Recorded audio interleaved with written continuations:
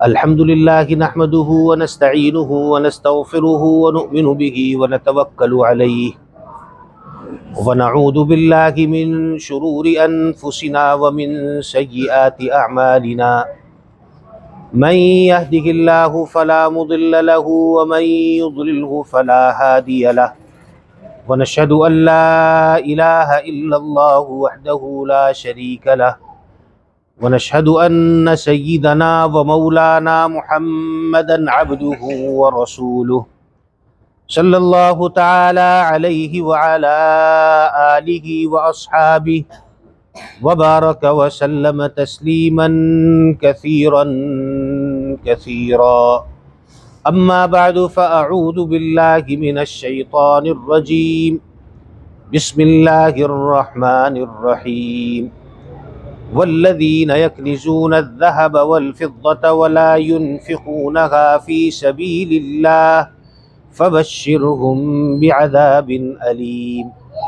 यौम युहमा अलैहा फ़ी नारि जहन्नम फ़तुक्वा बिहा जिबाहुहुम व जुनूबुहुम व ज़ुहूरुहुम हाज़ा मा कनज़्तुम लिअन्फ़ुसिकुम फ़ज़ूक़ू मा कुन्तुम तक्निज़ून। सदक़ल्लाहु व सदक़ रसूलुहुन नबियुल करीम व नहनु अला ज़ालिका लमिनश शाहिदीन वश्शाकिरीन वल्हम्दुलिल्लाहि रब्बिल आलमीन। मेरे अज़ीज़ भाइयों, मुहतरम दोस्तों और बुज़ुर्गों, जो आयतें खुतबे में तिलावत की गई हैं, इनमें अल्लाह रब्बुल इज़्ज़त ये इरशाद फरमाते हैं कि वो लोग के जो सोना और चांदी जमा करके रखते हैं, वला युनफ़िक़ूनहा फ़ी सबीलिल्लाह, और उसे अल्लाह ताला के रास्ते के अंदर खर्च नहीं करते, फ़बश्शिरहुम बिअज़ाबिन अलीम, तो ऐसे लोगों को खुशखबरी सुना दीजिए दर्दनाक अज़ाब की। और यौम युहमा अलैहा फ़ी नारि जहन्नम, और क़यामत के दिन उसे जहन्नुम की आग में तपाया जाएगा, गर्म किया जाएगा। फ़तुक्वा बिहा जिबाहुहुम व जुनूबुहुम व ज़ुहूरुहुम,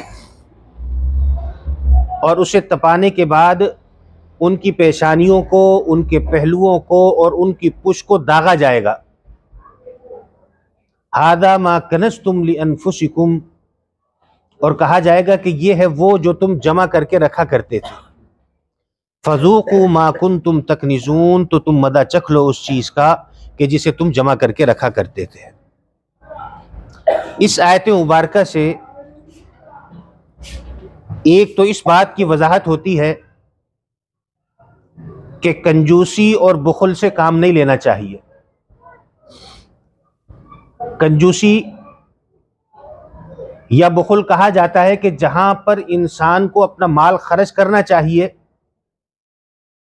वहां पर माल खर्च करने से रुक जाना, यह बुखल कहलाता है। अब इसके अंदर इंसान के अहल अयाल भी दाखिल और शामिल हैं कि अपनी बीवी बच्चों पर जो खर्च किया जाता है, इसके अंदर भी बुखल और कंजूसी से काम नहीं लेना चाहिए। इंसान को जो अल्लाह रब्बुल इज़्ज़त ने इस्तिताअत अता फरमाई, उस इस्तिताअत के मुताबिक अपने घर वालों पर खर्च करना यह जरूरी है। उसके अंदर अगर कोई कमी करेगा या उसके अंदर कोई रोक टोक रखेगा तो ये बुखल के अंदर दाखिल और शामिल है। लिहाजा खर्च करने के मौके पर इंसान को खुश दिली के साथ खर्च करना चाहिए। जहां अल्लाह रब्बुल इज़्ज़त ने ये माल दौलत हमें अता फरमाया, हकीकतन इस माल और दौलत के मालिक अल्लाह ताला है, लेकिन अल्लाह ताला ने हमें दुनिया के अंदर इसका मालिक बना दिया और ये कह दिया कि ये माल मैंने तुम्हें अता किया, इसमें से सिर्फ 2.5% वो भी उन लोगों के लिए कि जो निसाब का मालिक हो, मेरे रास्ते के अंदर खर्च करना है। अगर कोई आदमी ज़कात खर्च नहीं करता, या इसी तरीके पर इंसान के पास माल है तो सदका फितर उस पर वाजिब है, इंसान के पास माल है, साहिब निसाब है, तो कुर्बानी करना इस पर वाजिब है, या इसी तरीके पर इंसान के पास माल मौजूद है कि वो उसके ज़रिए से हज बैतुल्लाह के लिए जा सकता है, तो अब हज बैतुल्लाह के लिए ना जाना ये भी कंजूसी के अंदर दाखिल और शामिल है। तो शरीयत ने एक निसाब मुकर्रर किया कि ये निसाब जिस शख्स के पास होगा तो उसके लिए ज़कात का अदा करना ये क्या है, वाजिब है। ज़कात का निसाब क्या है? ज़कात का निसाब यह है कि 52.5 तोला चांदी की कीमत के बकदर जरूरत से जायद माल अगर किसी शख्स के पास मौजूद है तो यह शख्स साहिब निसाब है। 52.5 तोला चांदी की कीमत के बकदर अगर किसी शख्स के पास माल मौजूद है तो यह आदमी क्या है, साहिब निसाब है।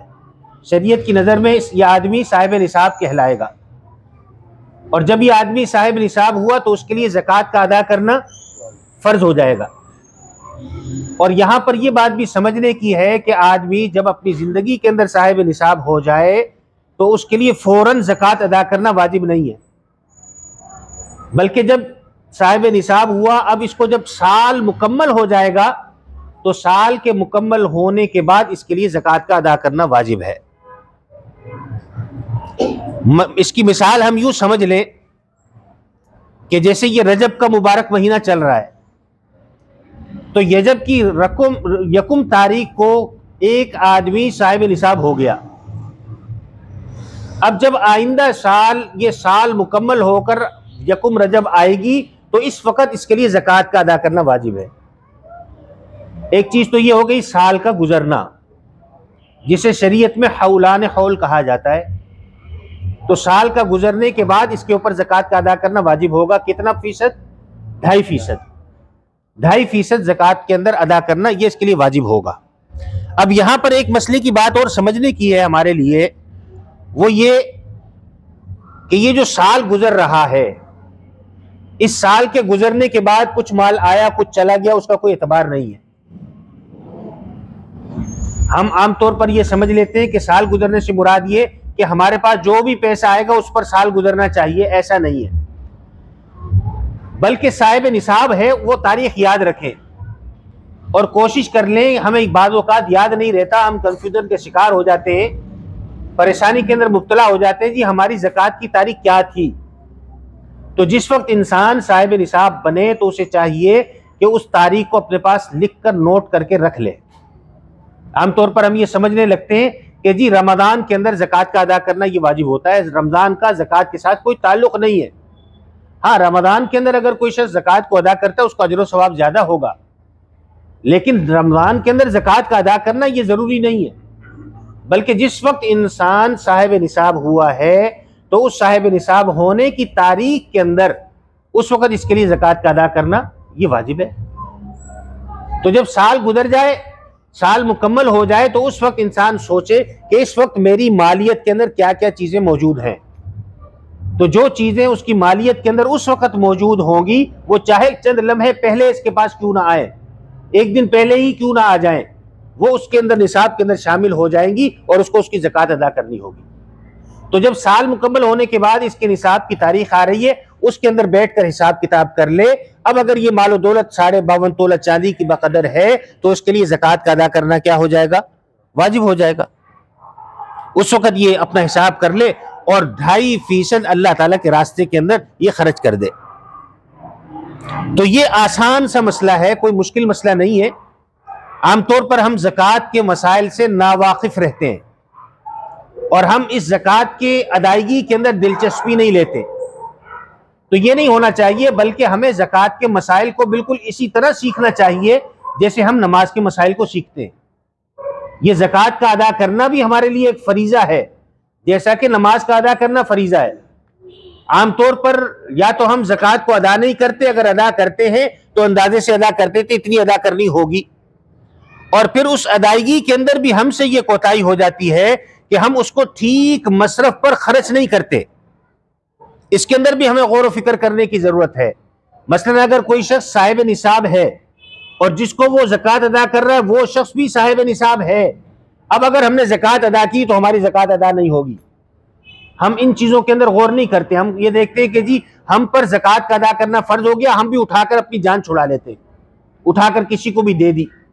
तो इस तरीके पर नहीं, बल्कि ज़कात को अदा करने का हुक्म अल्लाह ताला ने दिया है। जिस तरह का अकीमुस्सलाह, नमाज को कायम करो, इसी तरीके पर फरमाया आतुज़ ज़कात, ज़कात को अदा करो।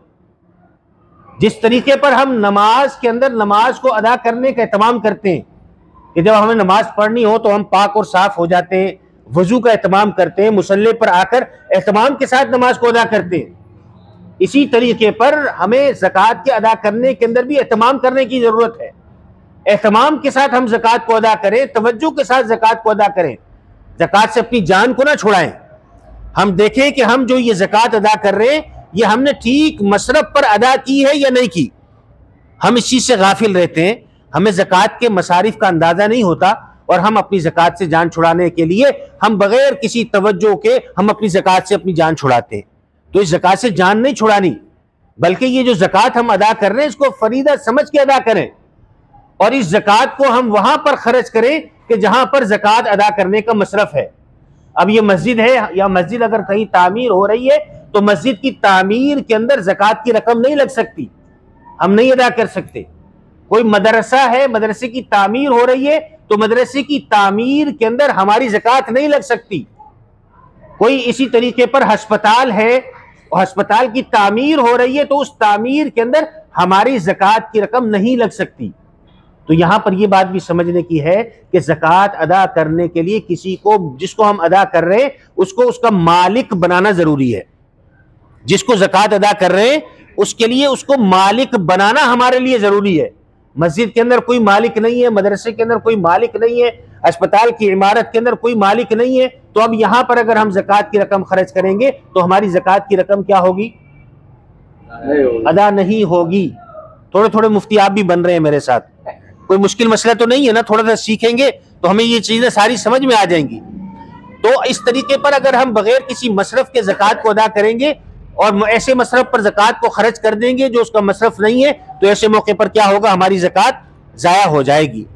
हम अगर अपनी ये ज़कात की रकम सही माना के अंदर खर्च करने लग जाएं तो मैं ये बात दावे से कहता हूं कि हमारे इस मुल्क के अंदर कोई भी बेरोजगार बाकी नहीं रहेगा।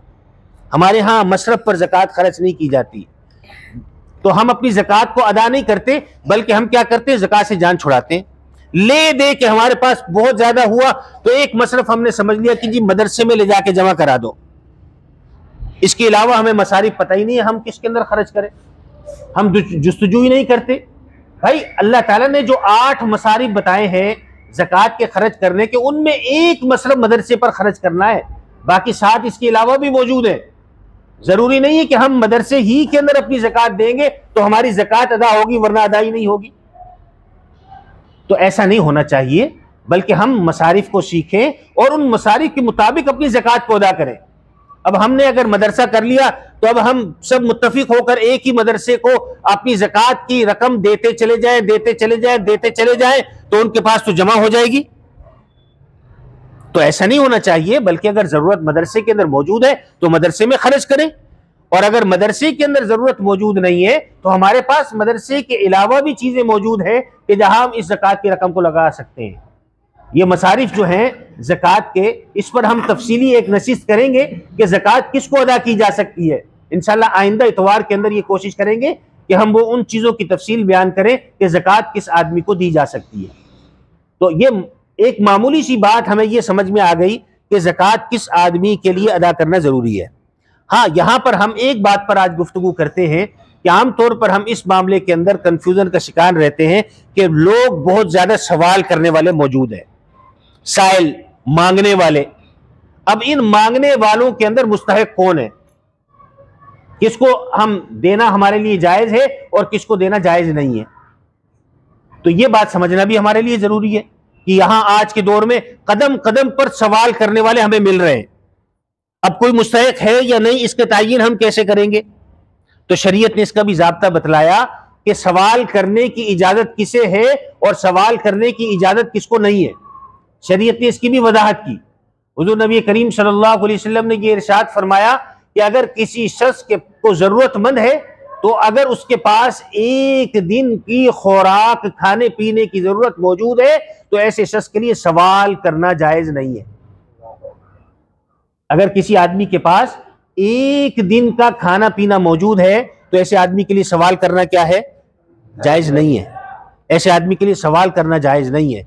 नबी करीम सल्लल्लाहु अलैहि वसल्लम ने यह इरशाद फरमाया कि अगर कोई शख्स जरूरत ना होने के बावजूद अगर सवाल करेगा तो क़यामत के दिन अल्लाह ताला उस पर उसके कंधों पर एक सांप मुसल्लत करेंगे कि जो उसके कंधों पर बैठकर उसके चेहरे से गोश्त को नोचेगा। इतनी बड़ी वईद है कि अगर जरूरत नहीं है और आदमी सवाल कर रहा है, भीख मांग रहा है, तो भीख मांगने की मुजम्मत है, मांगने को शरीयत ने अच्छा नहीं समझा। और इसके अंदर जब हमारे यहाँ मुख्तलिफ किस्म के लोग मांगने के लिए हर जगह पर मौजूद हो तो वहां पर हम ये ज़ाब्ता देख लें कि ये मांगने वाला शख्स इसके पास एक दिन का खाना मौजूद है या नहीं। अगर मौजूद है तो इसका सवाल करना दुरुस्त है, हम इसको दे देंगे। अगर उसके पास अगर वो मुस्तहिक नहीं है तो इसके लिए फिर हमें उसको देना हमारे लिए जायज़ नहीं होगा, हमें बाद लेना चाहिए। आमतौर पर कदम कदम पर हम देखते हैं कि साइल मौजूद है और अगर हम थोड़ा सा जायजा ले लें और थोड़ी सी तहकीक कर लें तो हमें ये बात मालूम हो जाएगी कि ये जो हमसे सवाल करने वाले हैं बाद औक़ात इनमें से ऐसे लोग मौजूद होते हैं जो हमसे ज्यादा मालदार होते हैं। उन्होंने इस मांगने को अपना पेशा बना लिया है, तो इसकी हौसला शिकनी होनी चाहिए कि ये जो मांगने वाले हों उनको दे नहीं। हाँ, अलबत्ता ये है कि उनके साथ हमें क्या रवैया रखना चाहिए। अब कोई भी आदमी सवाल कर रहा है, अब ऐसे मौके पर शरीयत ने ऐसे मौके पर अगर हम देना नहीं चाहते तो हमें क्या रवैया इख्तियार करना चाहिए। कुरान करीम के अंदर सूरह वद्दुहा के अंदर अल्लाह ताला ने वाज़े तौर पर यह फरमाया कि वा मस्साइला फला तनहर, कि कोई अगर तुमसे सवाल करता है तो सवाल करने वाले को झिड़को और डांटो नहीं। तो यह भी हमें सिखला दिया कि अगर कोई सवाल कर रहा है, हम उससे तंग आ गए तो ऐसे मौके पर हमें उसको झिड़कना नहीं चाहिए, डांटना नहीं चाहिए। हम उसको बातें सुनाना शुरू कर देते हैं, हट्टा कट्टा है तो भीख मांग रहा है। भाई हालात तो अल्लाह ताला के इल्म के अंदर है, हमारे इल्म में नहीं। हमें ये इख्तियार हासिल नहीं कि हम किसी को बातें सुनाएं या उसको बुरा भला कहें, उसको गालियां दें, उसको धक्के दे के निकालें कि यहां से निकल जाओ। इस चीज की हमें शरीयत ने इजाजत नहीं दी। अगर कोई आदमी आपको तंग कर रहा है, सवाल कर रहा है, तो शरीयत ने कहा कि उसको डांटना और झिड़कना नहीं है। अब ऐसे मौके पर हमें क्या तरीका इख्तियार करना चाहिए, हम क्या रवैया इख्तियार करें कि उससे हमारी जान भी छूट जाए, हम गुनाहगार भी नहीं हो और हमारी उससे जान भी छूट जाए। तो उसके लिए सादिया से जुमला यह है कि उससे कहें भाई अल्लाह के लिए मुझे माफ कर दो, अल्लाह के लिए मुझे माफ कर दो। कोई और बात करने की जरूरत ही नहीं, भाई अल्लाह के लिए माफ कर दो। आप ये जुमला कहेंगे वो आपकी जान छोड़कर खुद ही चला जाएगा। तो आपको नजर आ रहा है कि कोई आदमी सवाल कर रहा है और मुस्तहिक नहीं है, तो इसके बावजूद हमें यह हुक्म दिया गया कि उसको तुमने डांटना और झिड़कना नहीं है, बल्कि खामोशी से अपनी जान छुड़ाने ली, भाई अल्लाह के लिए मुझे माफ कर दो। तो हर सवाल करने वाले को हम अपनी ज़कात की रकम नहीं दे सकते, उसको देना जायज नहीं है। तो किसको देना जायज है कि जिसके पास एक दिन का भी खाना मौजूद ना हो, उस साइल को ज़कात देना जायज होगा। हर एक को ज़कात देना भी जायज नहीं है। तो ये चीज थोड़ी सी समझने की है। अर्ज करने का मकसद ये है कि आमतौर पर हम ज़कात अदा करते हैं, लेकिन जो उसके समरात हमें मिलना चाहिए वो हम हासिल नहीं कर पाते। उसकी वजह क्या है? उसकी वजह यह है कि ज़कात को जिस तरीके पर अदा करना चाहिए हम उस तरीके पर अदा करने का एहतमाम नहीं करते। अल्लाह ताला ने कहा ज़कात को अदा करो, हम इस ज़कात से जान छुड़ाते हैं। किसी को उठाकर दे दी, भाई मेरी तरफ से खर्च कर देना। भाई नमाज भी तो आप खुद जाकर के पढ़ते हैं, लिहाजा इसी तरीके पर जब ज़कात का टाइम आए मुस्तहिक को तलाश करके देना यह भी तुम्हारे जिम्मे जरूरी है। लिहाजा अगर कभी तुमने ज़कात अदा करनी है तो मुस्तहिक को तलाश करो, उसकी तहकीक करो कि यह मुस्तहिक है या नहीं, फिर जाकर के उसको दे दो। तो इस पर हम इंशाल्लाह आइंदा इतवार के अंदर गुफ्तगू करेंगे कि किस साइल को, किस आदमी को ज़कात देनी चाहिए और किसको नहीं देनी चाहिए। इस पर हम इंशाल्लाह गुफ्तगू करेंगे।